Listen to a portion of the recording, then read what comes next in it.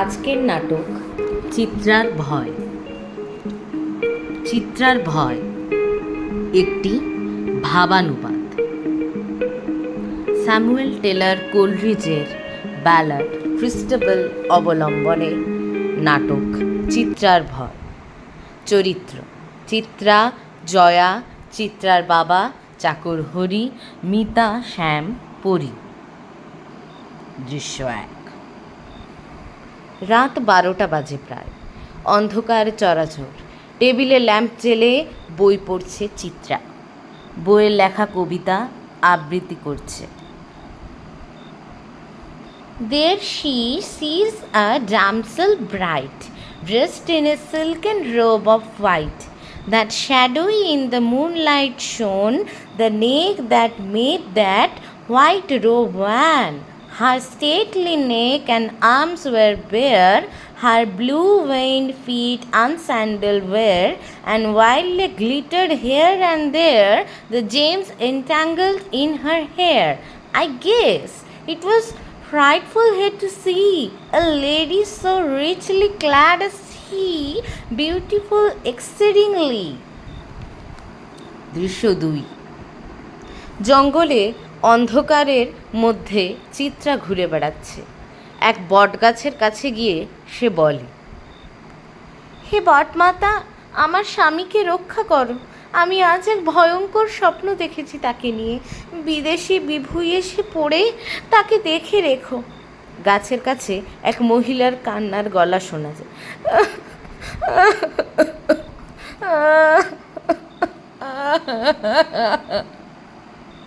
কে কে ওখানে? মহিলা নিচু দুঃখী স্বরে বলেন, বাঁচাও আমায়, বাঁচাও। মহিলাকে দেখে বড়লোকের কন্যা মনে হয়। গায়ে প্রচুর গয়না, পরনে দামি সাদা ছাপ শাড়ি। কি হয়েছে? একদল শয়তান পুরুষ আমায় আমার বাড়ি থেকে তুলে নিয়ে এসে এই অন্ধকার জঙ্গলে ফেলে গেছে। আমি বাঁধন খুলে ভয়ে এগিয়ে এসেছি। আমায় বাঁচাও মেয়ে, ওরা এই এসে পড়লো বলে। আচ্ছা, কি নাম তোমার? কোথায় থাকো তুমি? আমি জয়া। আমার বাবা এই এলাকার মস্ত বড় ব্যবসায়ী। বাবা জানেন না আমার আজ এই দুর্দশা। আমায় বাঁচাও বোন, আশ্রয় দাও। আমার বাড়ি কাছেই। আজ রাত আমার বাড়িতেই তাহলে তুমি থেকো। এসো বোন, এসো। দৃশ্য 3। রাতের অন্ধকার পেরিয়ে অন্ধকার চৌকাঠে পা রাখে দুজন। কিন্তু চৌকাঠে পা রাখতে জয়ার ভয় উবে যায়। আমার বাবার অসুখ, রাতের বেলা ঘুমের ওষুধ খান, তার ঘুম ভাঙবে না আশা করি। আমার পোষা কুকুর বুবু পেঁচাতে আর পোকাতে ভয় পায়। এখন সে এসবের কোনো কিছুর সাথেই মোলাকাত পায়নি, তাই সেও চুপ আছে। এসো। কিন্তু একটু পরেই কুকুরের জোর ডাক শোনা যায়। দৃশ্য 4। চিত্রার ঘরে ঢুকে ওর বিছানায় বসে ওরা। তোমার মার কথা বললে না তো? মা, আমার মা চলে গেছেন অনেক কাল আগে। আমি তখন এই ক্ষুদে। মা একদিন বাবাকে বললেন, ওগো, আমাদের মেয়ের রাজপুত্রের মতো বর হবে। তারপর সেই যে চোখ বুঝলেন আর খুললেন না। আহারে, এসো আমার কাছে। চিত্রাকে কাছে টেনে নেয় জয়া। তোমার মা তোমার সর্বক্ষণ দেখছেন, উনি ভালো আছেন। চিত্রা জয়াকে জল দেয়। জয়া জল খায়।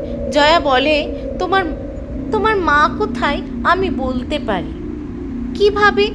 এই অন্ধকারই তো আমার পাথেও। মানে তুমি কি যা খালি চোখে দেখা যায় না তাও? ঘুমিয়ে পড়ো চিত্রা, রাত হয়েছে। তোমার মা তোমার সাথেই আছে। অন্ধকার তো আমার পাথেও, তাই তোমাকে এটা নিয়ে ভাবতে হবে না। আমার পথ আমি নিজেই বেছে নিয়েছি। চিত্রা চোখ বুজে বিছানায় শয়। জয়া চিত্রার মাথায় হাত বুলিয়ে ওর বুকে হাত রাখে। আমার সমস্ত আশ্চর্য ইচ্ছা তোমার মধ্যে প্রেরিত হোক। চিত্রা চমকে ওঠে। ঠান্ডায় ঠক ঠক করে কেঁপে ওঠে। জয়া চিত্রার পাশে নিষ্পলকভাবে বসে থাকে। দৃশ্য 5। সকালে চিত্রা তার বাবার সাথে জয়ার দেখা করায়। জয়া চিত্রার বাবাকে প্রণাম করে। উনি আশীর্বাদ করেন। বাবা, কাল রাতে এনাকে একদল বদ লোক জঙ্গলে ফেলে চলে যায়। আমি এনায় আশ্রয় দিই। অতি উত্তম মা। জয়ার দিকে ঘুরে বলেন, তুমি কে মা? আমি ব্যবসায়ী রাজনলাল সমাদজারের একমাত্র কন্যা জয়া। রাজনলাল? সে তো আমার বাল্যকালের সখা। কতদিন তার সঙ্গে কত গল্প গাছা করেছি, কত বিনিদ্র রজনী একত্রে কাটিয়েছি। এসো মা, এসো। তুমি আমার বান্ধব রাজনের মেয়ে। বুকে এসো মা। ওরে হরি, রাজনের সাথে সেই 11 বছর আগের ঝগড়া আমি ভুলেছি। যা গিয়ে খবর পাঠা আনন্দপুরে। বল রাজনের প্রাণ সখা অমৃতের কন্যা চিত্রা রাজন পুত্রী জয়াকে উদ্ধার করে বাঁচিয়েছে। সুতনয়া জয়া, সে ভালো আছে। চিত্রার দিকে জয়া তাকায়। চিত্রা অনুভব করে তার কাছে কেউ আছে। জয়া অদ্ভুত চোখে চিত্রার দিকে তাকায়। তা দেখে চাকর হরি কেঁপে ওঠে। বাবু, আজ থাক। জয়া দিদি আজ বিশ্রাম নিন। কাল রাতের স্বপনে চিত্রা দিদিমণির গলা জঙ্গলের এক পাখির কাছে শুনেছি। না, চিত্রা দিদিমণি কি না জানি নে, তবে একখানা মেয়ের গলা, সে নিশ্চয়ই চিত্রা দিদিমণিরই হবে। দেখি সে পাখি আপনার কাছে সাহায্য চাইছে, বলছে বাঁচাও। তারপর এক সাপ তাকে গিলে ফেললো। জয়া ঘুরে তাকায়। বাবা কথা মানেন না। হরি, এসব কি যাতা বলছিস? এইসব উল্টো পাল্টা কথা আর বলবি না। স্বপ্ন? আরে যদি কোনো সাপ ওই পাখিটিকে খেয়েও ফেলতে চায়, আরে আমি আছি তো। আমি সাপকে মেরে পড়বো। দূর, পাখিকে বলছে আমি সাপকে মেরে ফেলবো। আর তারপরে কি হবে বলো তো? আমার জয়া রানী সুস্থভাবে আমার বন্ধু রাজনের কাছে পৌঁছে যাবে। কি তাই না চিত্রা? চিত্রা? জয়া চোখ বড় বড় করে, পরক্ষণেই স্বাভাবিক হয়। বলে, আমায় আমার বাবার কাছে আপনারা পৌঁছে দিন। বাবা বলেন, হ্যাঁ মা, তোমায় আমরা পৌঁছে দেব। ওরে হরি, খবর পাঠা, না হলে দেখ আমি নিজেই যাচ্ছি। হঠাৎই চিত্রা চেঁচায়, বাবা, তুমি জয়াকে দূর করো। মা যেন আমায় বারণ করছেন। জয়া প্রায় অবাক হয়ে ওঠে। বাবা বলেন, এ কেমন আচরণ চিত্রা? এই তোমার ব্যবহার অতিথিদের প্রতি? চিত্রা বলে, বাবা কিন্তু। চিত্রা হাঁপিয়ে ওঠে। বাবা অগ্রাহ্য করে হরিকে বলেন, হরি, তুই যাবি কি যাবি না আমি জানি না। আমি রওনা দিলাম। যা, আস্তাবল থেকে ঘোড়াগুলোকে মুক্ত কর। আমি ঘোড়ার গাড়ি নিয়ে এক্ষুনি রাজনের কাছে যাব। তারপরে বাবা অগ্রাহ্য করে জয়াকে নিয়ে আনন্দপুরের উদ্দেশ্যে রওনা দেন।